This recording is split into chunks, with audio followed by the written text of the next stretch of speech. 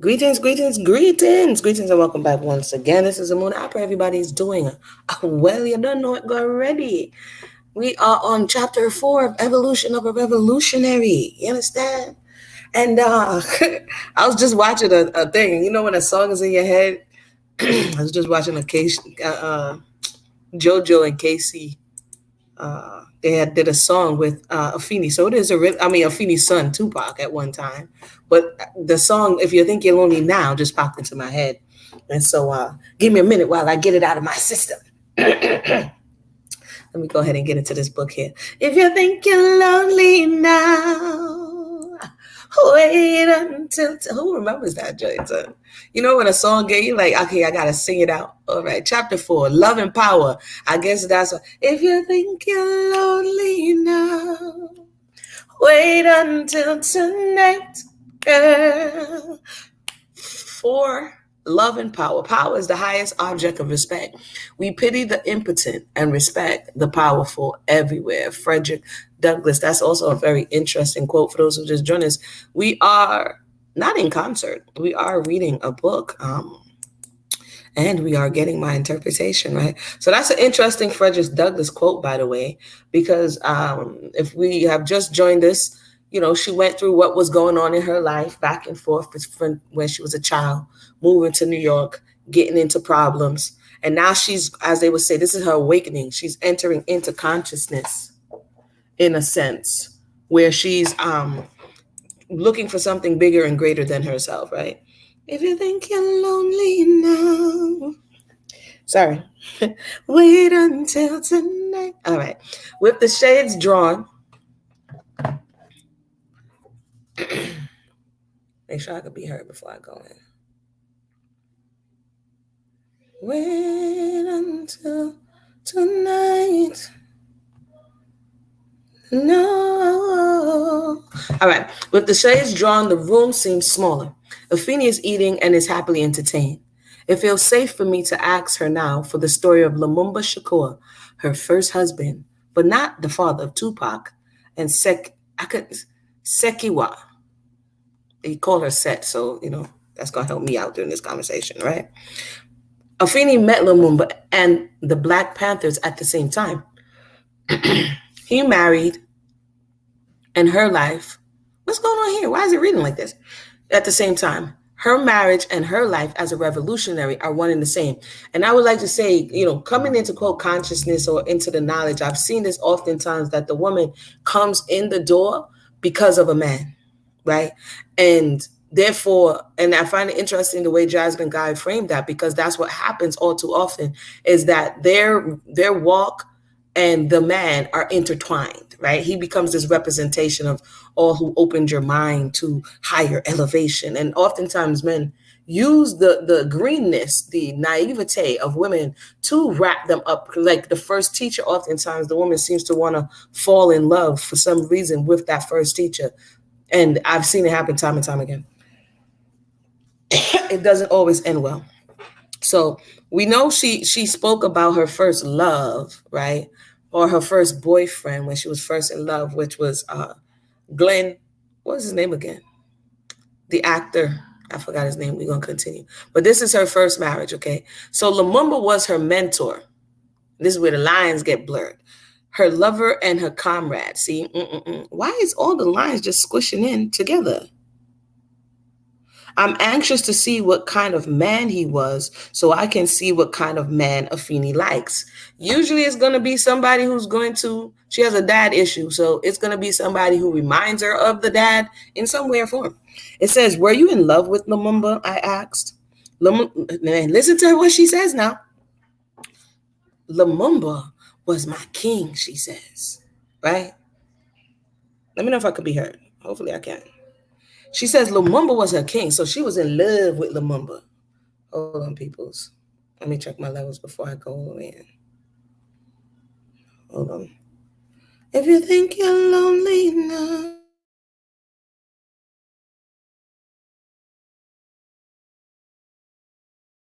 Right. All right. So Lumumba was her king. This is what she's saying, right? Afeni is a matter of fact, and I can tell if she's being facetious or not. His whole family, sorry, the men in his family, his brother, his father, all of those men were good. From them, she says, from them I learned what men do in a family, what fathers do, and what your husband's brother does, what your husband does. They were providers, they were protectors. When I met Lumumba's family, my entire view of men and family was shaken up. Why are the words squishing together? I went from this dismal, dismissive attitude of men, from having no concept of a man's true role or job in a family structure, to this beautiful, strong, definitive, rigid role of a man's position in a family. I don't know why this is pushing in like this. In the world? Hold on, let me make this bigger. Let me see something. So this is her aha moment right here. She's having this experience, but oftentimes you're enamored by the opposite of what you feel you didn't get, right? So the way she describes it is not just Lumumba alone, but he's within the context of what she's always wanted, what she's been missing, what she's been looking for, right? So you could almost tell in the Dear Mama documentary, her sister was like, she just came out the blue and like, oh, I'm married. She didn't even tell the sister before she got married, according to the sister, right? It says here, where are we? The Shakur family was not only strong, but they were independent thinkers. And you like that, I say. Oh, please, Afeni says. This was the first family I ever knew to change their name. Lumumba's father was not only Muslim, he was also a Marcus Garvey follower, which usually that's what happened to a lot of uh, um, Marcus Garvey followers. They went into the Nation of Islam and they went that direction. A lot of them went that direction. It says, I see the connection. The descendants of Garvey became the militant torchbearers of the 60s. Lumumba's father was a Garveyite. So, of course, the logical progression from him to follow the Garvey and his Universal Negro Improvement Association was to Elijah Muhammad and his Nation of Islam. Marcus Garvey and Elijah Muhammad, two dynamic forces empowering the Black man in America. Revolutionary, separatist, champion of a Black revolution, internationalist, Pan-Africans. I know that Malcolm X's father was a Garveyite as well. The Garveyites became Muslims and the Muslims became Panthers with their children, right? Each generation, this is why I say it's very important to look at the progression of the, quote, liberation movement in the West, because as she's stating here, even before Garvey, the Garveyites before that, they were within a reparations movement. And I talked about it here on this channel. The name of one of the books is the name of one of the ladies, Callie House. And they actually did to her what they did to Marcus. They did to her before Marcus, there was Callie House. And there was a reparations movement to get back monies owed from being enslaved. And these were the children who were children during the time of emancipation, and they were coming to the government for their just due. And the government took Callie House and threw her into jail. And the next brother, they threw him into jail too. And so when their people didn't know where to go, Marcus came right in on cue. And so now they did the same thing to Marcus, and then Elijah Muhammad came in, as well as some other people, right? And then after that, their children, and now we're here with people still looking for liberation in some way or form, right? It says, now this Panther Lumumba meets Afeni, his perfect match. When his father accepted me as the wife of his son, Lumumba, I became Lumumba's wife. So a lot of times when you look it up, you see his wife, and people, did they really marry? So this was a cultural wedding. She's letting you know that they didn't necessarily go to any courthouse. She says when the father accepted her, she became the woman's his wife, right? This all happened very quickly, and that's what the sister said. The sister said, remember, she says that she joined in I think it was 68, right? So within a 3 to 6 month span time, all of this stuff happened very quickly. It says, I met Lumumba, married Lumumba, and joined the party all within months. I don't remember how he proposed to me because it was all so fast. And that's also something to consider. Sometimes the people don't even let you get enough time to get grounded and rooted. Oftentimes the men, I'm not saying all, but I've seen it. In order to have more control over the woman, they move really fastly, A, so that other men don't move in on her. Sorry, so that they could kind of mark their territory, and B, that she'll be more malleable in his hands because she came in not knowing anything. So she's really dependent upon him. One of the people had an attitude in the review of the movie when one of the elders who was actually there, what's his name again? He was saying they were offended by him saying that she was Lumumba's wife. But here and that was her introduction into the party. But here she's saying the same thing. So sometimes people get upset because of the perception, or they get upset because of who's saying it. But she's saying it right here. She says she married him. She met, married, and joined the party all within months. And if we go back a little bit, I don't know why this is all mushed in here. She says that her marriage and her life as a revolutionary was one in the same. So at this point in time, Afeni wasn't objecting to that thought of Lumumba in her life either. So let me continue. I don't know what happened to the spaces in this thing. Where are we here? Mm-hmm. Okay, so she doesn't remember how he proposed because it was all so fast. I was very moralistic and wouldn't sleep with him without a commitment. That's interesting. I think maybe she changed because before she was telling us that she had this dude, that dude. I don't know exactly what she was doing with the dudes, but now she's saying that she was moralistic. But before she was telling us that she was out with her friend and, running the streets. So I don't know. So he says, so we married quickly because he wanted to have sex, she says. So I don't know if they turned over a new leaf. What's going on, Queen T?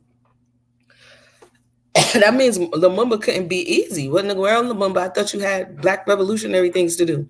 Anyway, Afeni leans back on the couch. She watches the rotation of the ceiling fan. Lumumba introduced me to hot bean pie. We would buy them on the corner of 126 and Lenox. Bring them home, heat them in the oven, slice them up, and eat the whole thing. Delicious, sweet. We'd eat the whole thing, just happy, Afeni chuckles.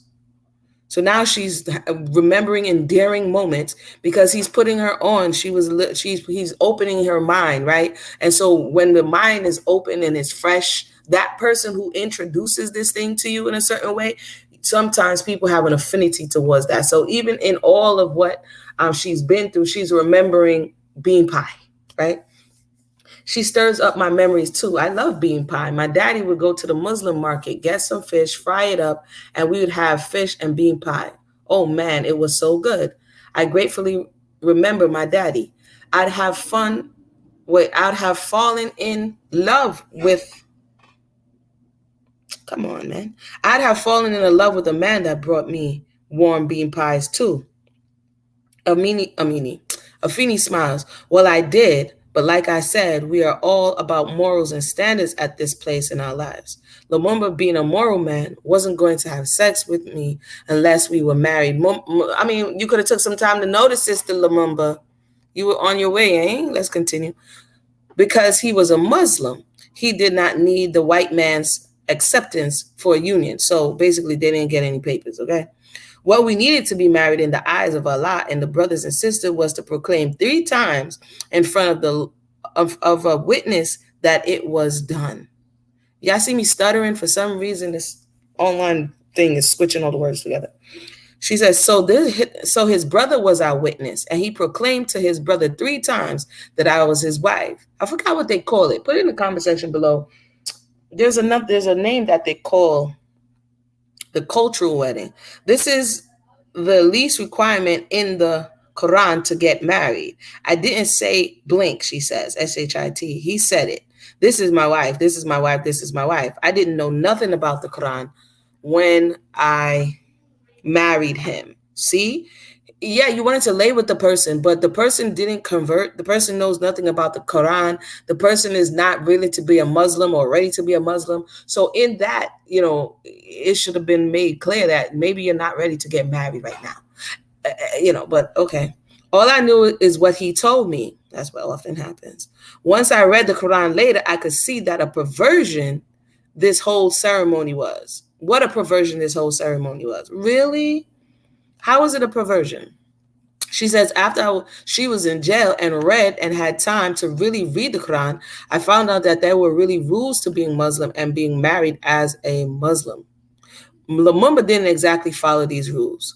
But like I said, I found that out later. I was accepted as his wife by his father and by everyone else in the family. And I joined the Black Panther Party in September. It's interesting that the cyclical nature of September with her son, Lumumba, all of that, because she marries, quote, marries him in September.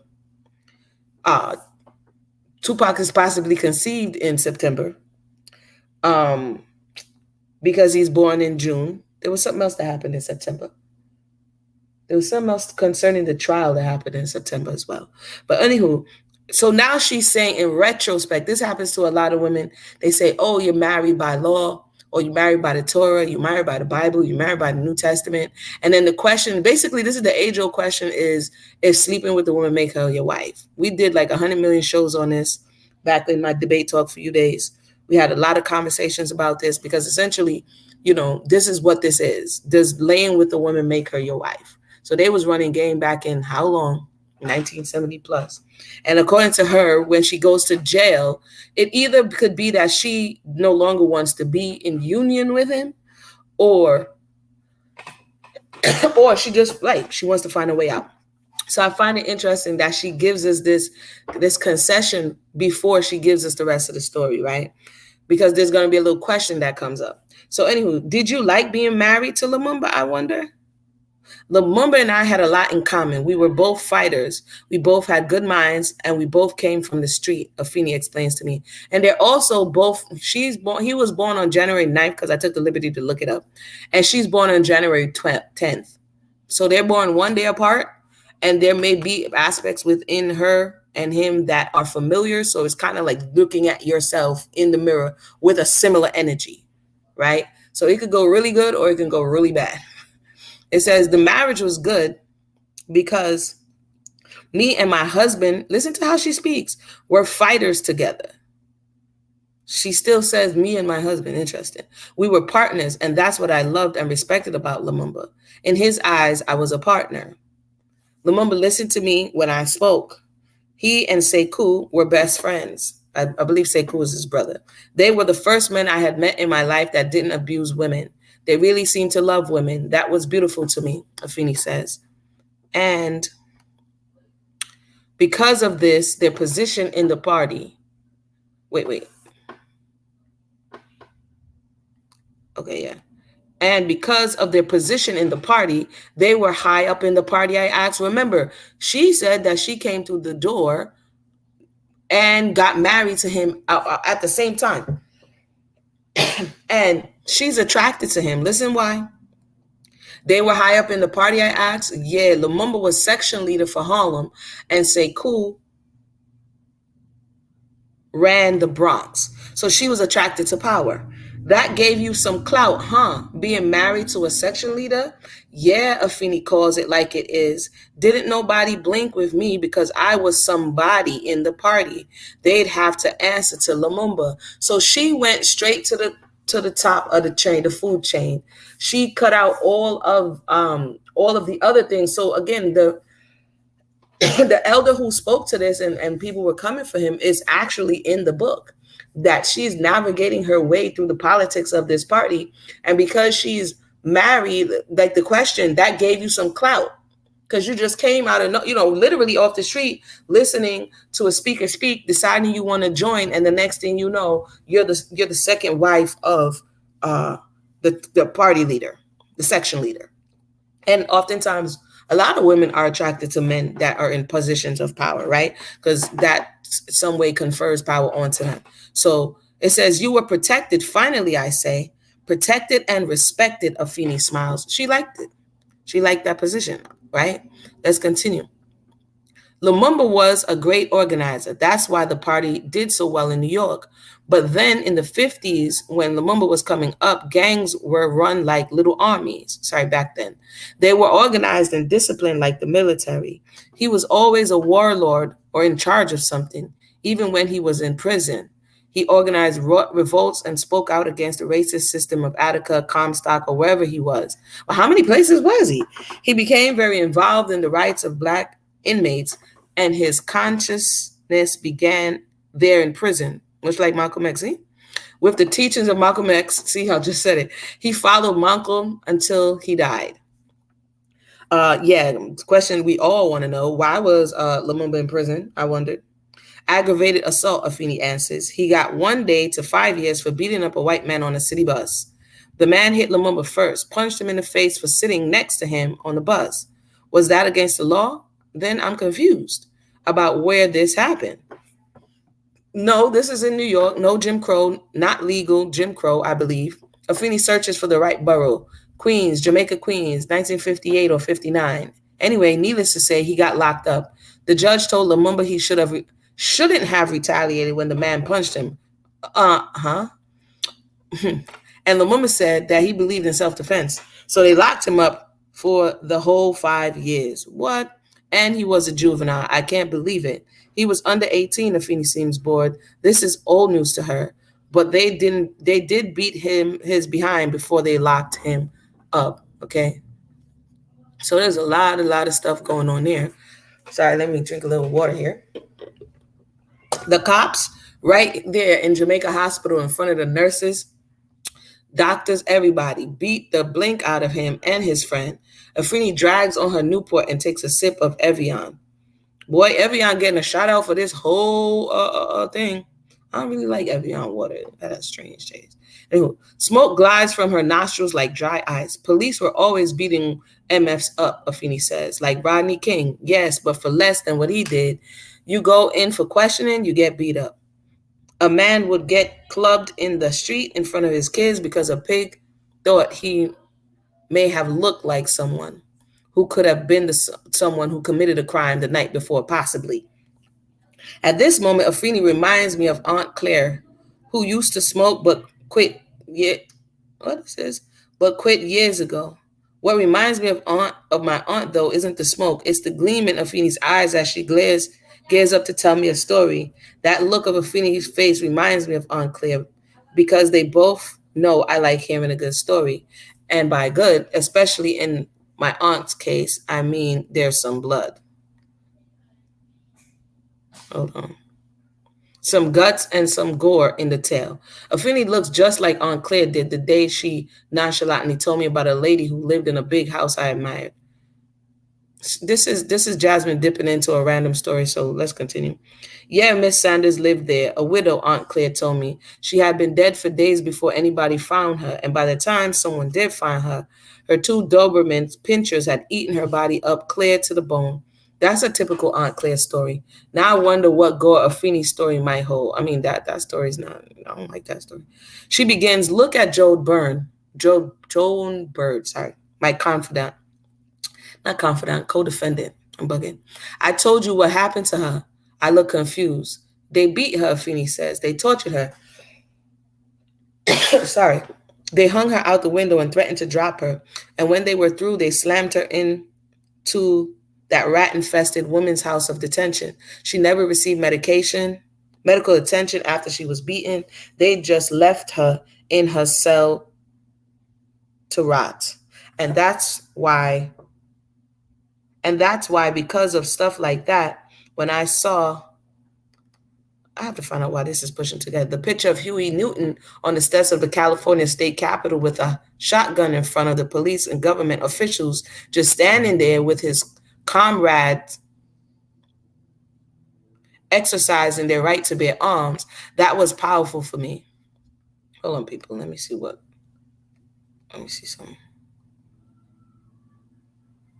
I have no idea why this thing is squishing together.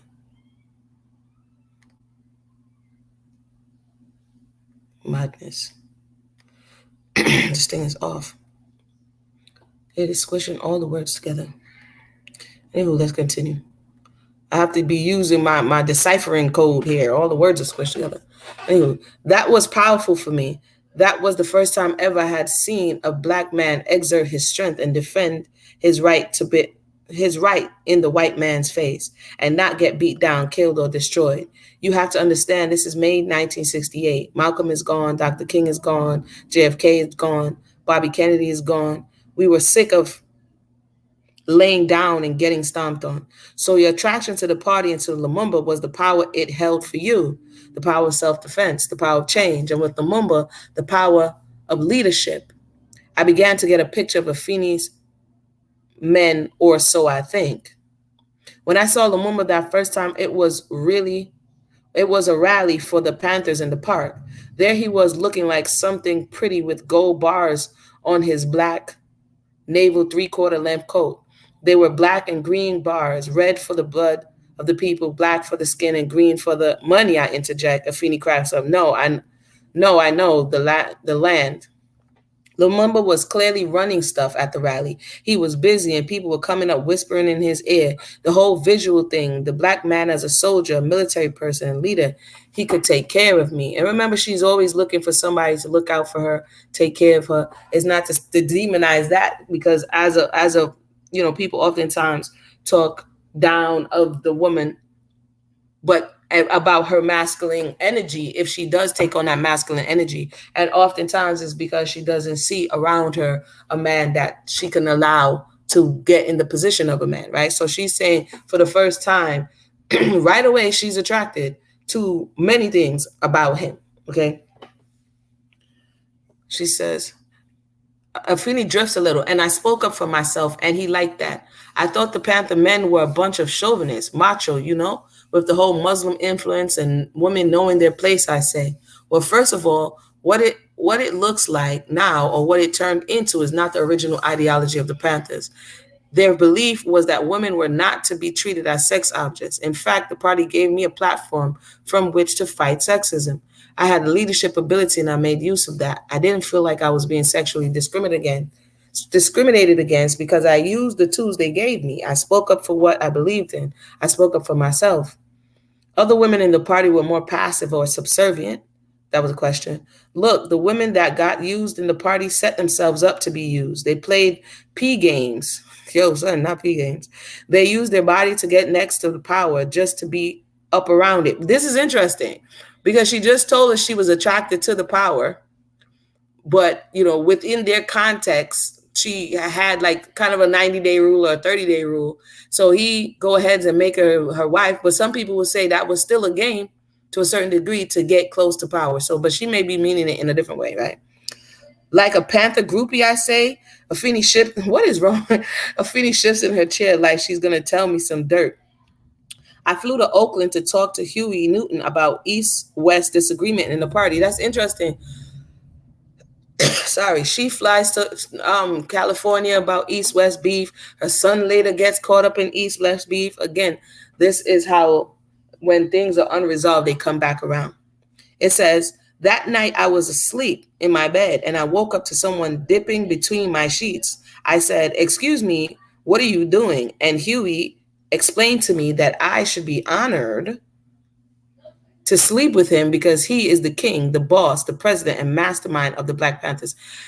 Hello, that is very interesting. If you heard what she just said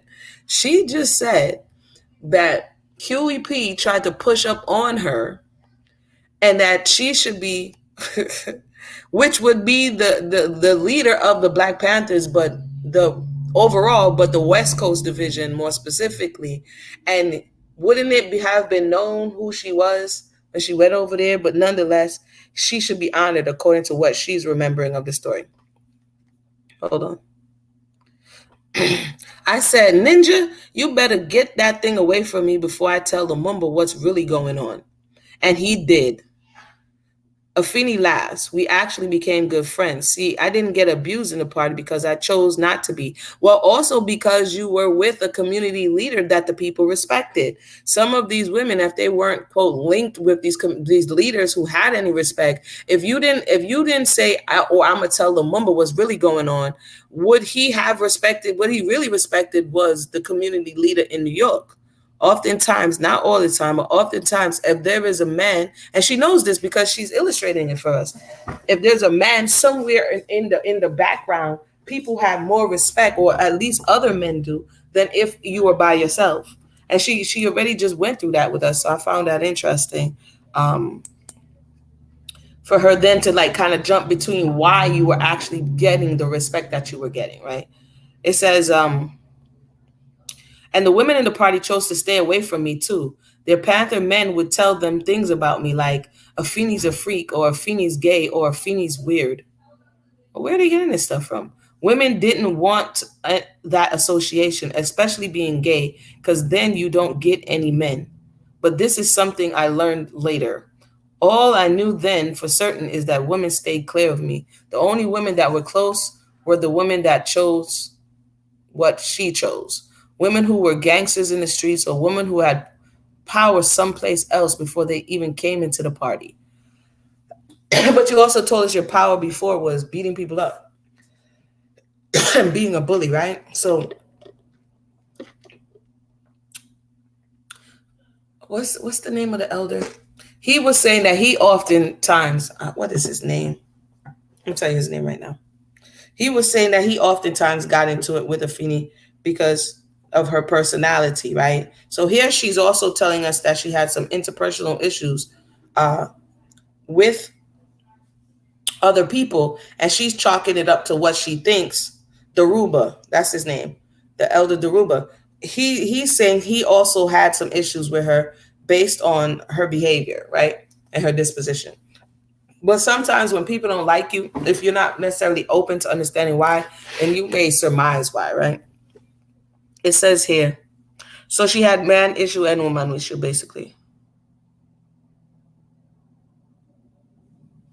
She says women who were gangsters in the streets, or women who had power someplace else before they even came into the party. A lot of women came into the party to get a man. But I mean, you may have seen the men fashion their power, but you just told us that you came into the party at the same time you got a man. And it was the man that you saw in the park that was both times, one on the street corner, one in the park, that made you want to come into the party. So you kind of referring to yourself too. It says that was not my goal or primary reason. Mine was always a matter of resistance. Men were just a means to an end. And I think that's very telling. A way to fight against the oppression of black people. So that basically you're saying that you used who you could use to get to where you were going. And so when you see Billy Garland coming on and not understanding why would somebody say this, or why did she erase you from history for so long, or you're seeing the thought process here. She says men were just a means to an end. I mean, after all of the glowing review you just gave about I think there's something here, the way she first spoke about Lumumba and the bean pies, and when they first met, and this mutual, and then something went sour, right? And if we go along with the story, something does go sour. But anyway, a way to fight against the oppression of black people. I saw Lumumba was in charge of stuff, and I went right there, right to him. So what's the difference? What's the y'all let me know in the comment section. Is it me? So she's saying, so you're like Hillary Clinton. If you're going to love someone who can get you somewhere, partner with someone who can open doors, I say. The key word being partner. I was his partner. He made agreements. We had discussions. Lumumba loved my fire and my candor. He loved debating with me. What did you debate about? I noticed her choice of word, debate instead of argue. My using firearms, my seeing other men if I choose, which I didn't. But we had equal freedom in doing so as long as we understood each other's side. This I thought was interesting. Again, I think as you're telling the story backwards and then frontwards, she puts little things in the story line that justifies a behavior that we as the reader may not know that's coming, right? And so this is only her part. So, usually when you're trying to hear a situation, you're going to hear both sides, and then you're going to get to understand, what's going on.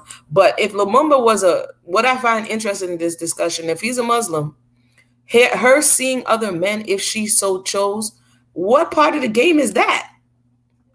So basically she's saying that she had the right to step outside of their quote marriage if she chose. And that's not Muslim. Islam is polygyny. It's not polyamory. So I find this like a little, you know, interesting right here. So it says, but we had equal freedom in doing as long as we understood each other's side. And again, that caveat, as long as we understood each other's side, we're going to keep that. We're going to stick a pin on that one. It says, the most important thing the Mumba taught me was not to overcompensate. You know, I needed from people to know I was bad and strong. Rain is coming down. I was quick to speak out and volunteer for stuff. So I would beg to be sent on missions. I got sent on once and I caused complete havoc. I still don't know how I survived. She says that she shot a man in a toll booth because she wanted to rob something to show that she was big and bad. What was really going on? You see, BS. Give her a gun and let her go, right? She is sickened by her own ego. She says she walked up, put the gun to the toll booth, and said, "Give me your money." The man slammed the glass and said, "No, okay. Can you believe that?" So she shot anyway at the glass because how dare he say no to me, right? The bullet ricocheted off the glass. She had powder burns on her neck, barely made it down to the car. The car is moving. People are shouting out their house houses at us. We are in the white people's neighborhood wreaking havoc. When you say we, you need to mean you. What manner of foolishness is this? You got the man, you're in power position. Why are you still bugging? What's really going on? This is when you get injured at the course state. Because look at what's going on here. Where are we at here? Okay, so it ricochets. Where are we?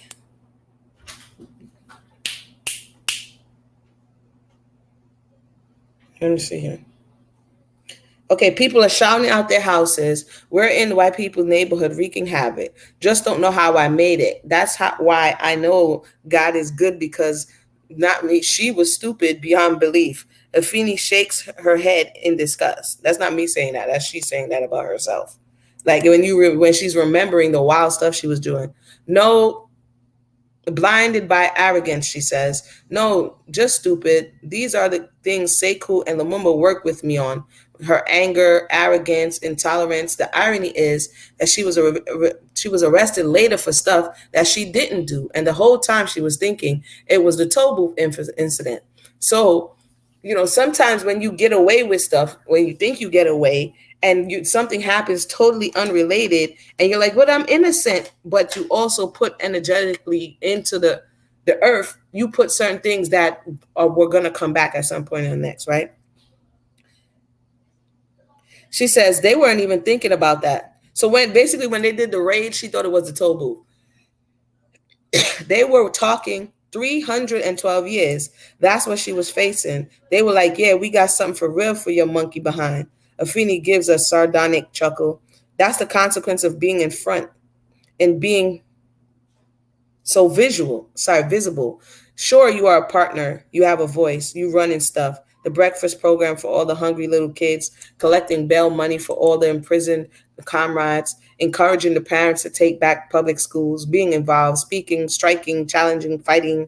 But then you go down with the big boys and the rest of the folk scatter. That's a very important lesson because oftentimes, especially in religious spaces and close cultural spaces and social spaces, people want the glam and the glitz, right? And usually 90+% of the people are not going to be around when it goes down. Okay, they're just not. So she liked it when she was riding high, but then she says she goes down with the big boys, and the rest of the folks scatter. They hide, run away, or go underground. And you and Joan are the only women arrested with what's this? There's there's two of them men. Sorry. Afeni accepted the responsibility. Then an old anger arises. She goes on. Price you pay, Afeni states. Consequence of your actions. Things that affect me the most is that it wasn't consequence of my actions. I didn't do what they said I did. That's what I'm talking about. Okay, this is interesting. After she told us all the other stuff, they trumped up stuff, right? She says, I knew my militant agenda would one day end here in the hall of justice, but there was no justice in how it was going down. We were spied on, infiltrated, set up, psychologically manipulated. I saw people I thought I knew change before my very eyes. They were scared. I said, that's what you call it, because pressure busts pipes. She's like, that's no excuse. I'm a woman, and I didn't succumb to pressure that broke some of those men. That's what taught me the difference between a real man and somebody that's talked about a bunch of blink. Even in the Bible, right? When they're gonna go to war, there was one situation they were going to war, and some of the men were afraid, and the leader gave them an opportunity to be like, "Yo, if you're afraid, just go home now." Right? Just go home now. Because if you're afraid, then you go into battle, you could cause everybody their life. So she, at this point, the resentment that she had for the men, her great grandfather, her father, her grandfather, all of that resentment comes back now when she's thinking about when the fairy tale of, oh, these are the first men that I can really depend on, kind of but she still wanted to be in that male role to a certain degree because she, like she said, she was attracted right to it and she went to it. She still wanted to do all the things that she thought that she had the ability to do. So like she said, you got caught up or swept up with the big boys because you wanted to be in that space, right? Here, yes, focus on mine so that I understand. Outside, I was involved in Panther operations. She said she was doing things. She wanted to be a soldier. Huh. And that's what I'll continue. She learned to dismantle weapons. She fought to train the women in the party to make them qualified soldiers. Lumumba loved her mind and her fervor. Lumumba stood by me on my issues. We talked. We were open. I knew that what he was about and what he was doing. Stuff was on the table. That's why I didn't have a problem with him or polygamy. See, she busted in there on the corner. But one of the things I wanted to say is I read some documents during this time, and it could be misogynism or chauvinism. I say misogynism. Misogyny or chauvinism, where the woman thinks that her position is not as important as his position. So you want to step out of what is your position to make sure that the next generation it has the things that they need to move forward and go into his position. And when you do that, who's taking care of home? So as we're looking at, a lot of people say you're looking at the story of Afeni because you're looking at the story of Tupac to a certain degree because the mother neglected her position, because oftentimes a woman thinks, or society leads you to think, that it's not important. It's less than.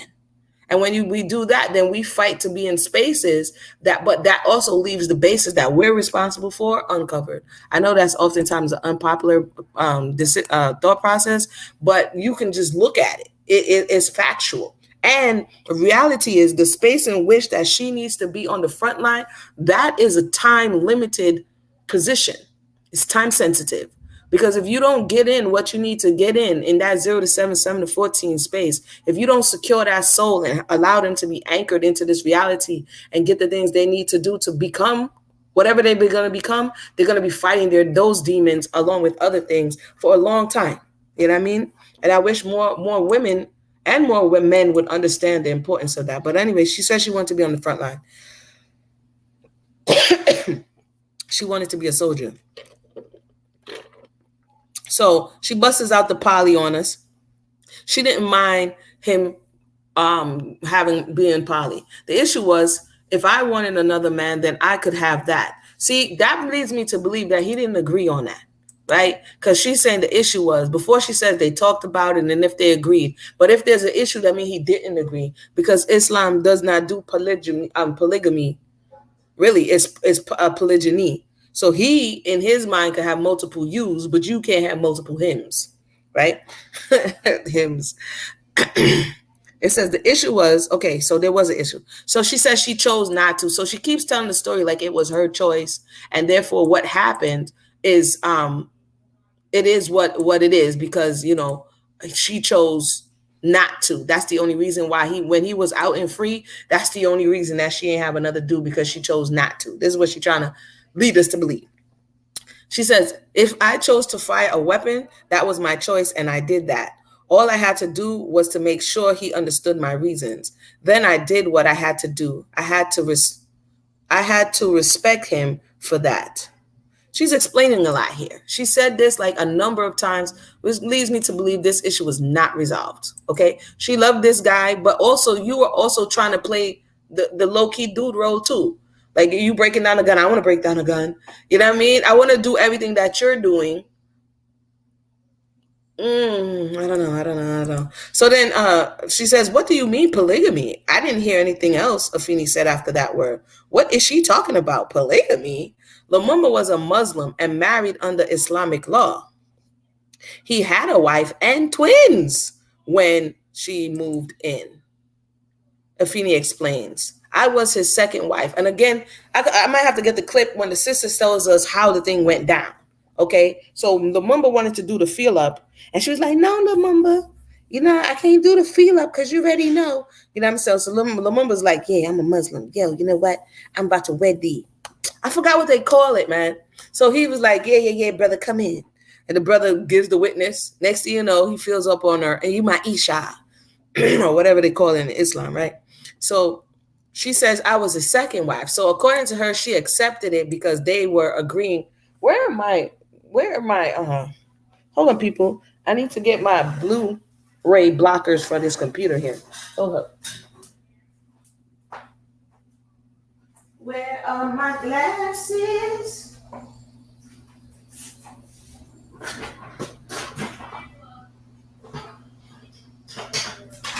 All right. We gotta block the harmful rays off the Buddha. I'm over here reading. All right. So she already know that the way how we know that Lumumba wasn't 100% on board with what she's saying. She said it was good as long as they agreed. Is because Billy Garland, this is my theory even before I read this book, is that Billy Garland is not known about because of the way in which Tupac was conceived. And Tupac is conceived when Lumumba, this same Lumumba, let's look at why this is important. This same Lumumba is in jail. We're going to learn it a little later when they get raided. Okay. Now she's saying, she's trying to lead us to believe that they were under of an agreement that they had an open relationship. They was over here doing the entanglement. This is what she's trying to lead us to believe. And that if she chose to, which was solely within her discretion, she could go outside of the marriage because that was their agreement, right? Now, when she walked in, he already had another woman and they had twins. So let's continue from there. So basically, my theory before I read this was that Billy Garland was a part of the Black Panthers. And at that time, them finding out that he was actually the father of the child would have been problematic. And therefore, they concealed the paternity. So, and then she, either hushed it or pretended as though it was somebody else. But according to Billy, she knew who it was him, right? So that leads me to believe they had a reason to pretend that it wasn't him. But let me continue. Anyway, she said she was the second wife. You all lived together in the same apartment and that was cool? I'm confounded. You were okay with that? The other wife was okay with that? Like Jasmine's like, huh? What? Huh? What? Not at first. No, she didn't like it at first. But once she realized I didn't want what she had, I was not I was no threat to her. What is the want what she had? She calmed down after a while. Besides, I didn't care. She calmed down after a while. And she over here saying that women didn't like her. Broski. She says she calmed down after a while. Besides, I didn't care. I don't think I cared about being an only woman. I never would give that much of my time to any one man anyway. It was a welcome thing to me. So Jasmine is like, I'm stunned. She says, I thought his wife, Saida, accepted it, or rather I chose not to see how miserable she was. How you thought she accepted it? Says, you seen sis lip on the ground. You see she was tight. You were, like you said, you chose not to see.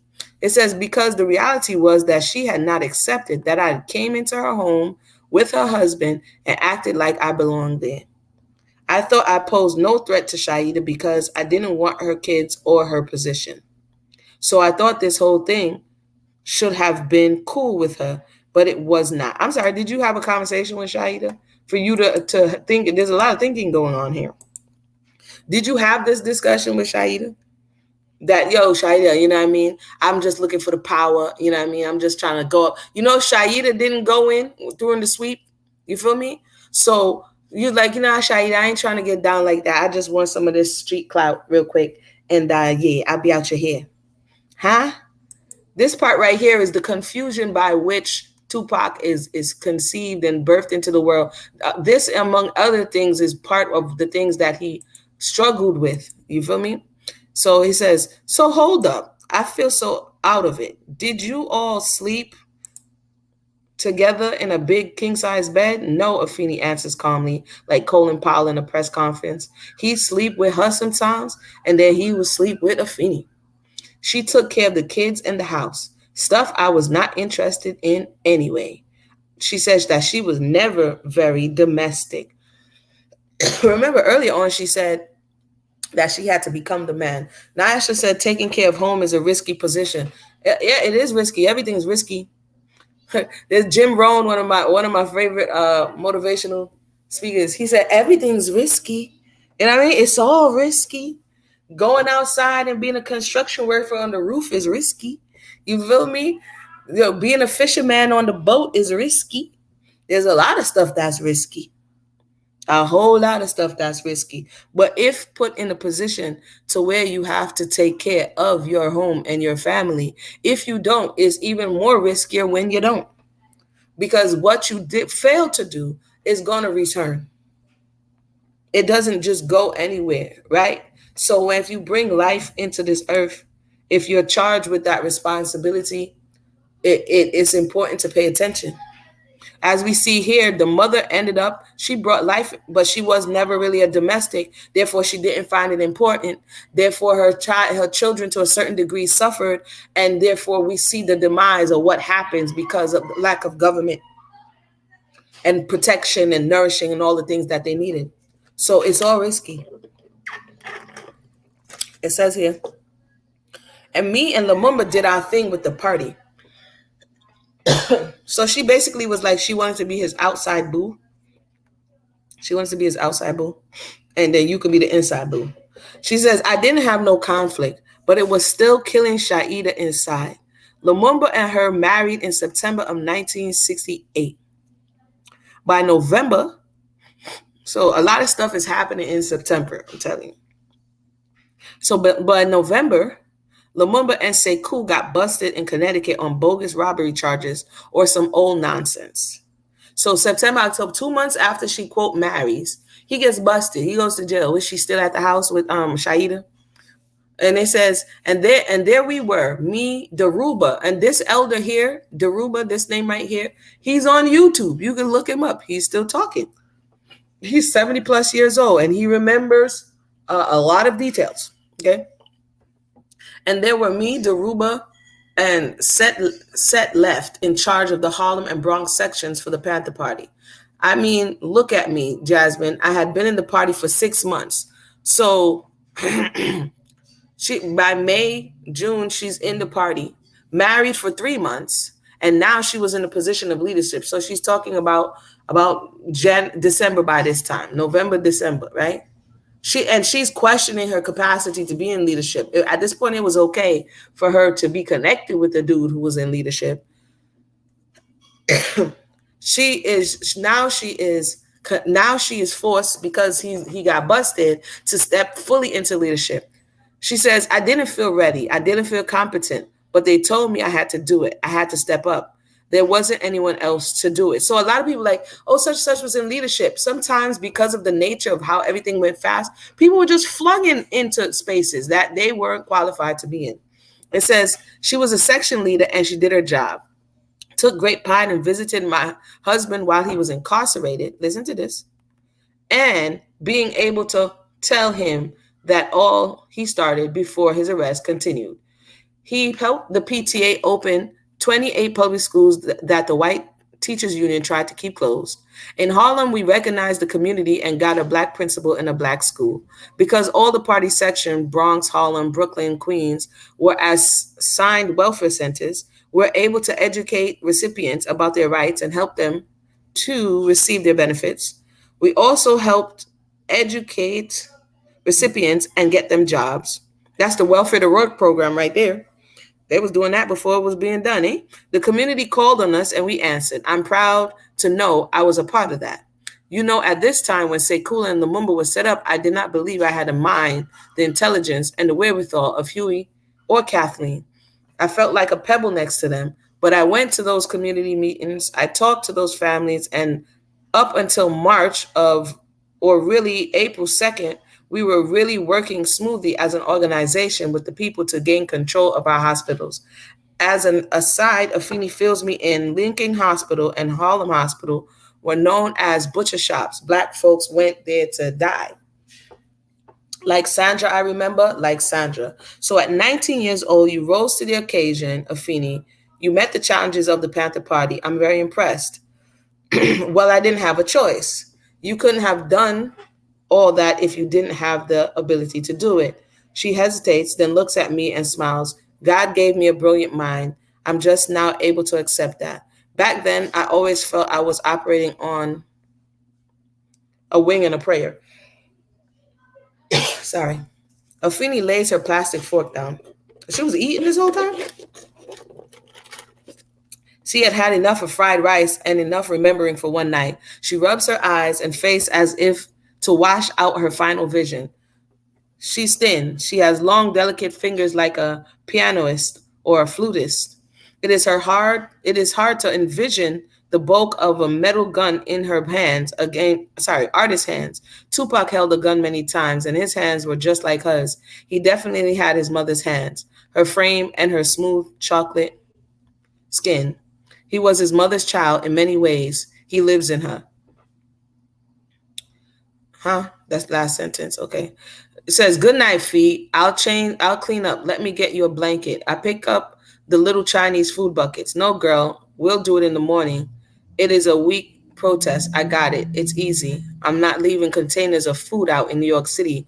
Roaches I can deal with, but if a mouse comes up in here, I'll have a heart attack," she says.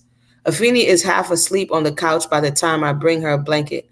I got to my room and curled up in the corner of my bed that I had not laid a box on or dumped the contents of a drawer on. It's cool. I had enough room to sleep. I think for a little while about Lumumba, Afeni and his other wife, and two little kids in his Harlem apartment, a commune. They lived like a commune. Everybody helped each other. So, what are you saying, Jasmine? She didn't say she helped anybody. She said she busted up in there with her back beret. This is me, Easton. You know what I mean? It was like, yo, Shaida, warm up these bean pies, fam. Now I'm playing. It says, "In the drawer of the nightstand lies my treasured copy of Look for Me in the Whirlwind, the collective autobiography of NY21. And I tried to do a search for that book because essentially, anyway, yeah. So after searching for months in used bookstores and African American study section of every Barnes and Nobles, I finally located this precious copy over the internet. I didn't want to read it until I finished talking to Afeni about her arrest and incarceration, but I opened it tonight because I can't sleep. Oddly enough, Afeni recounts this period in her life almost verbatim in her interviews in Whirlwind 30 years ago. Afeni circa 1971 is refreshingly the same woman I know now. Her son was very much like her in temperament and in passion. They both have a surreal mixture of arrogance and self-disdain. Both were caught between fighting for more and not being sure they deserve it. I turned the dried out yellow pages of the little paper back carefully because they tear. Lumumba proves to be as interesting as I thought he would. He is a sharp, articulate, convinced, committed, intriguing, I think, Morris Chestnut, Denzel, Jeffrey Wright. His chronology helps give me a context for Afeni's life. Knowing Lumumba helps me know Afeni as a young woman. I begin to understand how much she loved and believed in Black Panthers.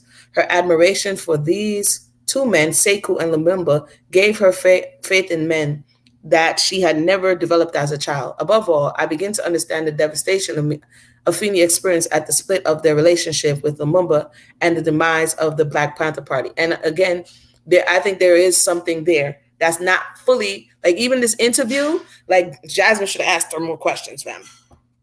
Because it don't seem like she's telling the fullness of the fullness, right? It says he was released from prison in December of 1964. He married Shaida, his first wife, in November of 1966. They had twins, a boy and a girl, in February of 67. So less than a year later, okay, Holmesy's up there doing the rubber dub with like, bro, didn't you just have children? Did you just marry Shorty? Like, what are you looking for? It says, I read a few more pages about Lumumba before I drift to sleep. This is what Lumumba says of Afeni. In the fall of 1968, I got married again. My second wife, Afeni Shakur, what is this? Possesses some qualities that I never saw in her woman. Will this thing move? Hold on, peoples. Trying to move something out my way here. Her political consciousness, combined with her pure candidness, her directness, and love of fire. Love of fire. Afeni was in tune with my opinions in depth on political, military, and matrimonial issues. See, she's saying that, nah, bruh, I decided to do what I want to do. And you over here telling the people that she was in tune with your matrimonial issue? Afeni never hesitates to give me constructive criticism on some of my action. This I consider an asset to a revolutionary polygamy was no problem in my home because revolutionary principles and an Islamic law govern my home. Bro, Shaida was over there in tears. What are y'all talking about? Was y'all living in the same house? It says if everything was in such perfect order, if Lumumba respected Afeni so much, where did the love go? That's the question. Where is the love? It says, if they were so perfect, a revolutionary couple, what caused their demise? Sorry. Was their relationship directly linked to existence of the party so that when the party splits, so did they? I wonder about Afeni and Lumumba. No, Jasmine, when he was in jail, she decided to use her get out of jail free card to hook up with Billy Garland.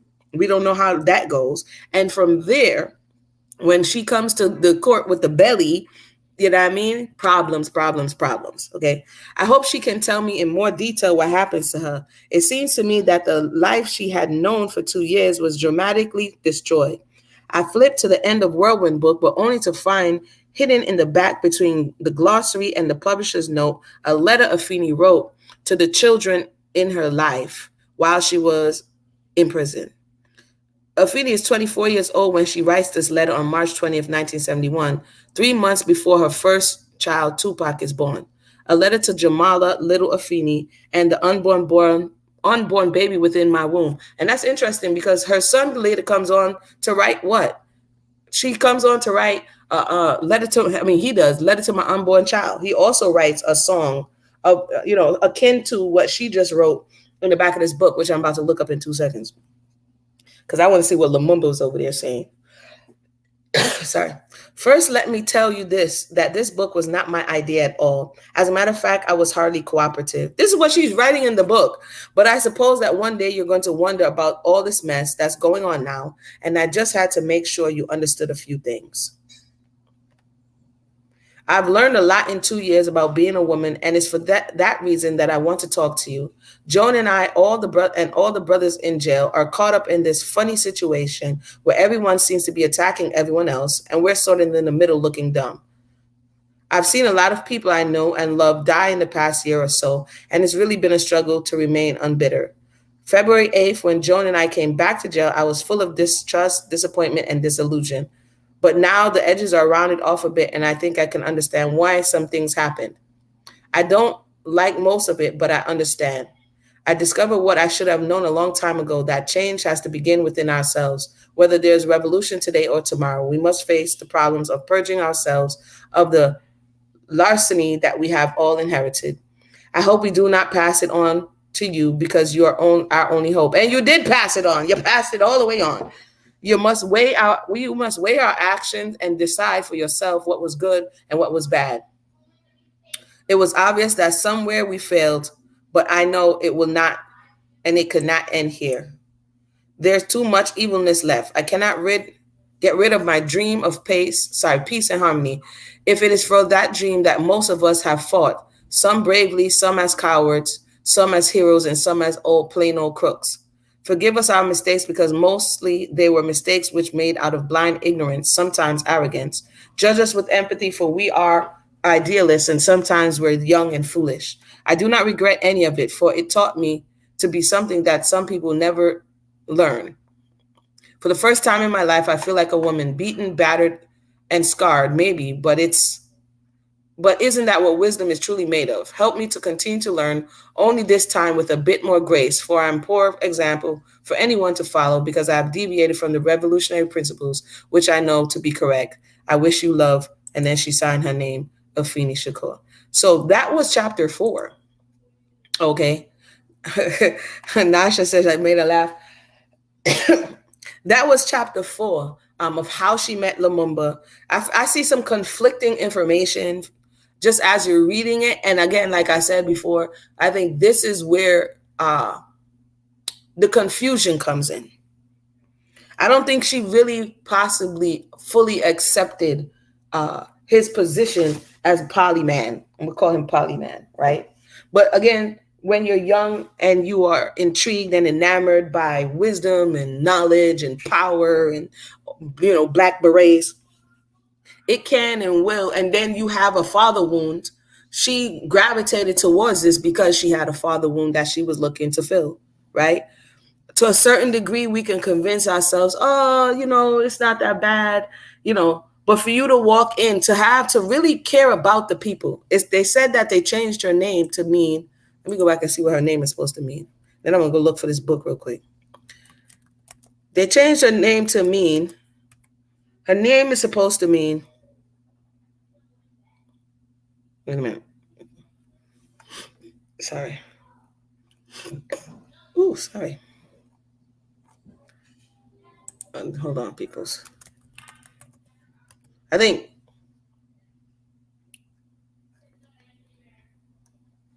dear one or lover of people, right? That's what the name is supposed to mean. So her in Yoruba. So her going into the people them house, not caring about this woman who is presently there, strutting in their house with their man while she's sitting there. She had the baby in 67. So she's postpartum depression, had 2 children, not one, twins, right? And you sauntering in front of her with her man going out to do party things. All of that is, I know you're young at this time, but all of that is not showing love for the people. Not for the people. Sometimes people are so revolutionary. Like she said, you want to love everybody else that's at a far distance and poo do on the people that's close to you. The greatest show of love is how you treat the people that's in and around you, right? I tell my children often, if somebody else has something of better to say about me in the street and you don't see that in the house, then I've failed, right? If I say I'm going outside and I'm feeding people and showing people how to cook outside, but I come inside and my children don't know how to cook and I don't feed them, then you fail.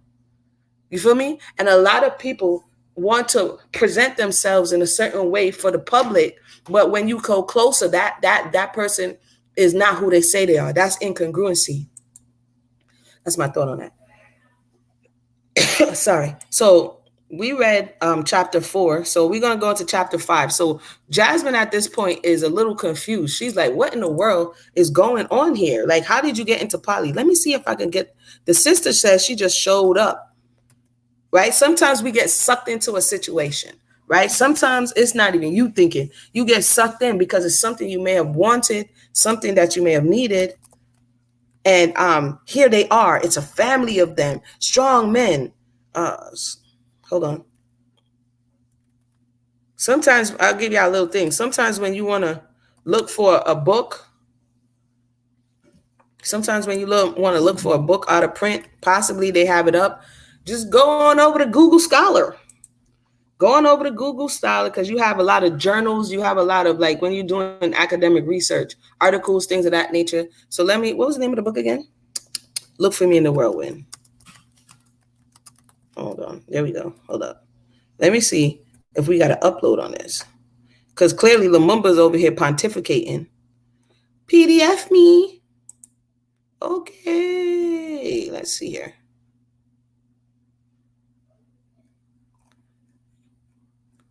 What is it? This is a small booklet. Hold on. Let's see if this is the whole thing.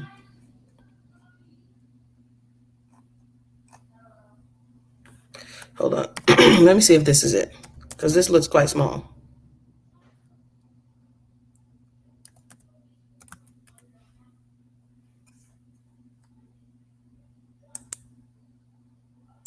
If it is, then we could take a quick look.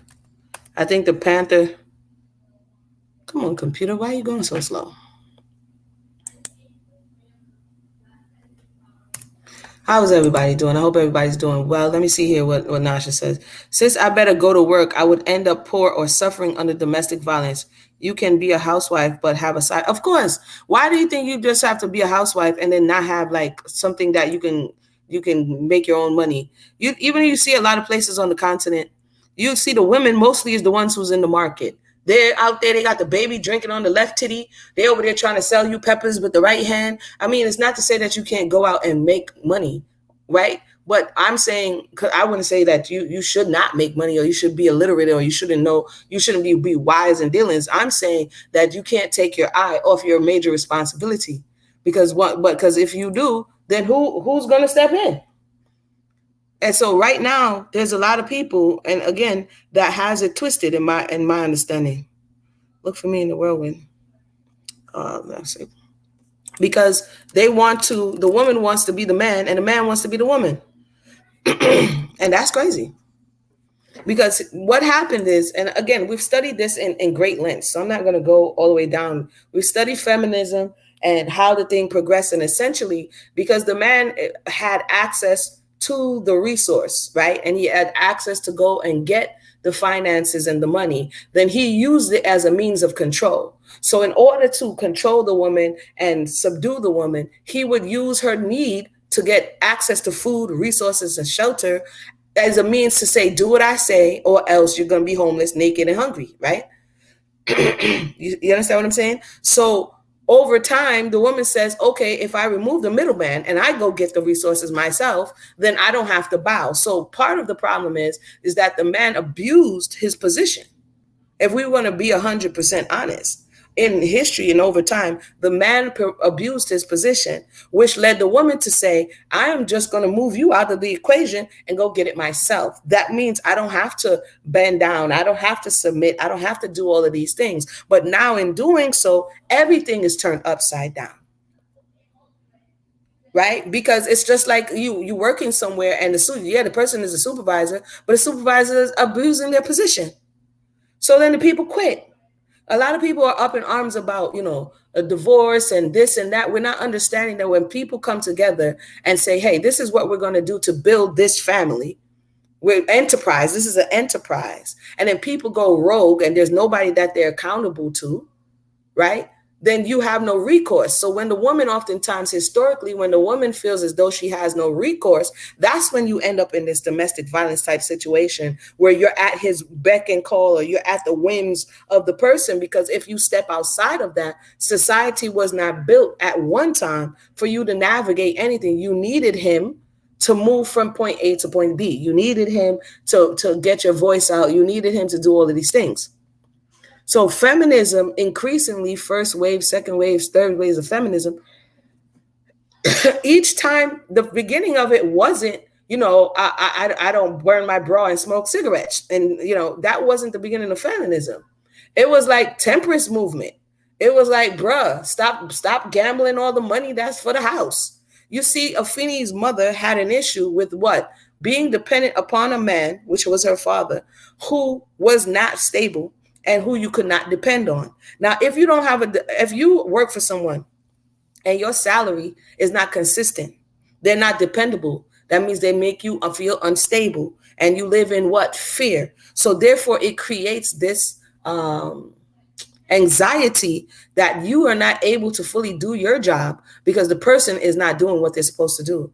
So if a man is saying he's the head of the household, the man is supposed to be providing, but he's not providing consistently, or he's stingy, or he's mean, or he's nasty, or he's not a man of his word, or he's abusive, then oftentimes, just like if you worked at a job like that, you're going to look to get from under that. So when she's having this conversation about Lumumba, it's about she doesn't want to be in the position that her mother was in. So chances are, we already saw that she said she beefed with her mother. She probably saw Shaida as a representation of her mother, which means that she saw her as weak. Because why would you let this dude come up, bring me up here? So if since you let it happen, I'm gonna make it worse. This is me thinking of where you may be at in your mind, right? Because you already told us that in your mind your mother was weak, right? And so you were attracted to a man with power, and you felt vicariously that that gave you power. And I'm trying to find this book, but so yeah, there's a lot of stuff going on. But to fully step outside of what needs to be done, to fully step outside of that, as we can see, it has turned everything on its head. Because if you're doing what he's supposed to be doing, sorry, then who's doing what he's supposed to be doing? Who's doing what you're supposed to be doing? And I know a lot of a lot of women don't want to hear that. And even today a lot of men don't want to hear that because they want 50-50. Let me see if his name is in here. They want her to help him shoulder the things that needs to be done, because in truth,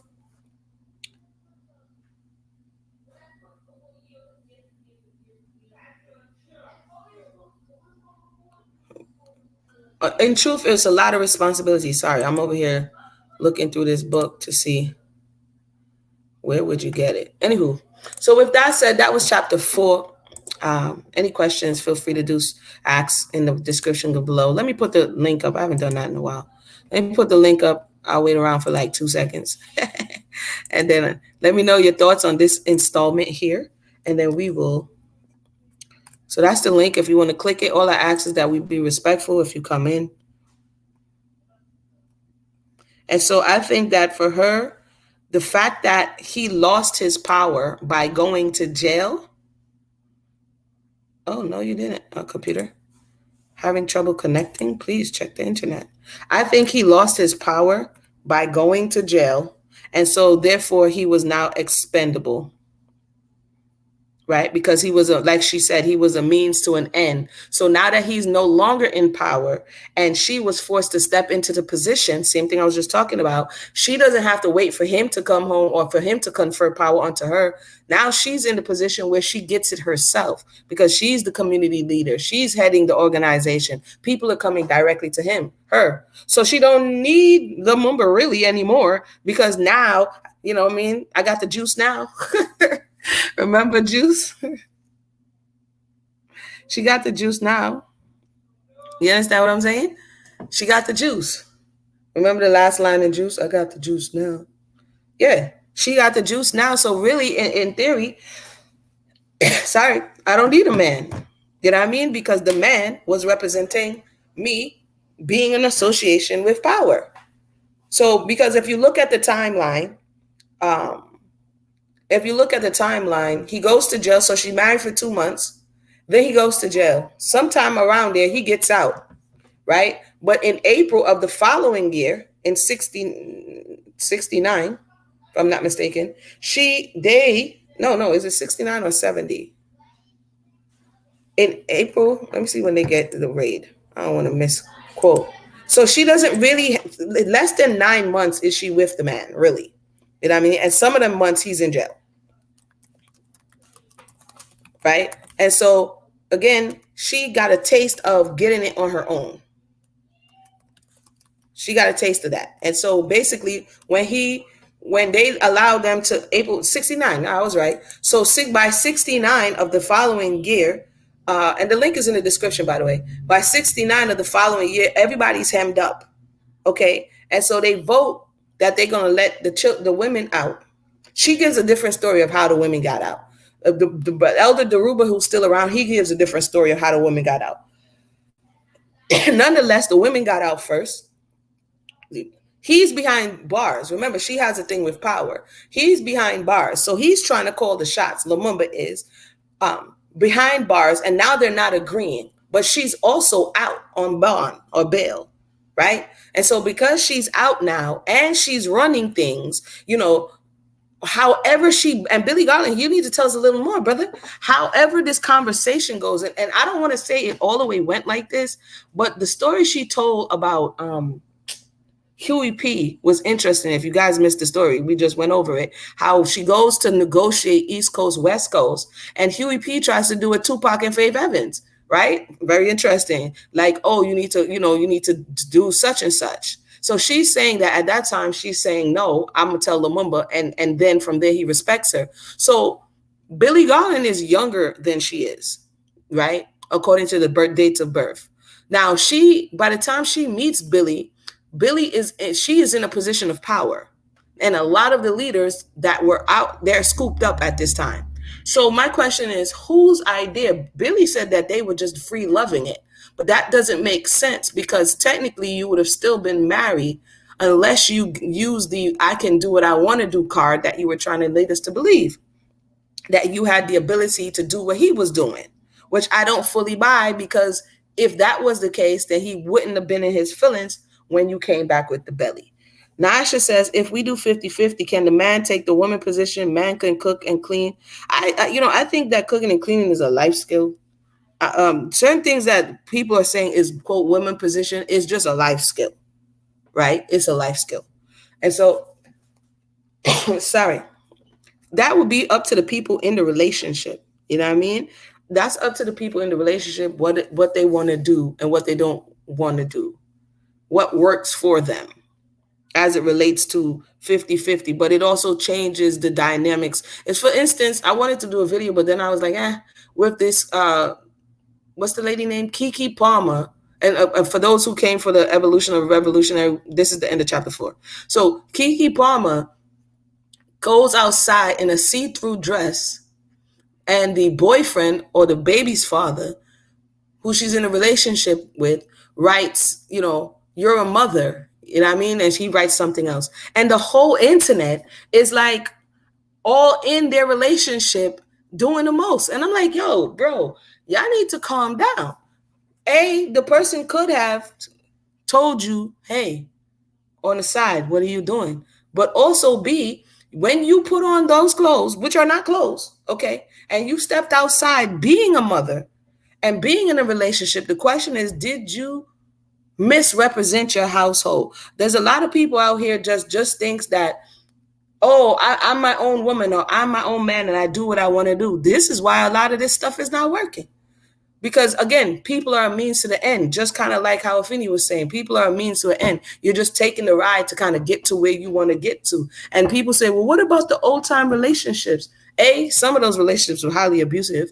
And B, when you no longer value people and you only see people for what they can do for you, right? And you don't see how your behavior could represent or misrepresent your unit, you say things like what people are saying on the internet today. I'm like, do you guys hear yourself? She was literally in a see-through dress doing the most on stage with questionable usher, and you guys are writing Essence and all of these blogs. I'm like, this is a very toxic culture right now, because there are no boundaries. There are no boundaries. Right? There are no standards. You can't just do what you want to do when you want to do, how you want to do it. That's going to lead to destruction. Broad is the way that leads to destruction. Narrow is the way that leads to life. I know it sounds like, so basically, if you do anything you want to do, then anything you get, don't complain. You feel me? Like, they got Tracy Ellis Ross with her breasts hanging out and the people are upset. I'm like, what is going on? What in the world? What in the world is going on, bro? People are bugging. That's all I know.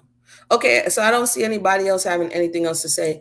I wasn't able to locate the full booklet. So if I do, I'll add that into getting us some understanding about this whole situation with Lumumba and Afeni. But like I said, join us for the next reading so that we can see how Tupac comes into this. Because that's what got us here, okay? Billy Garland going on the Art of Dialogue, telling us all about his love relationship and rubbing the belly of Afeni Shakur. And like he said, that's why I went through the pain of going through his interviews. Like he said, if you did, I'll leave you on this. Elder Billy said, if you did sleep with someone's wife, keep your mouth shut. So now that she's dead and Lumumba's dead and Sekou, most of the people are dead. And the people who are alive are not really saying, like Jamal. And the only person who really said a little something was the elder Daruba. He kind of like let the cat out the bag regarding, Lumumba didn't think he was divorced when she showed up with the belly.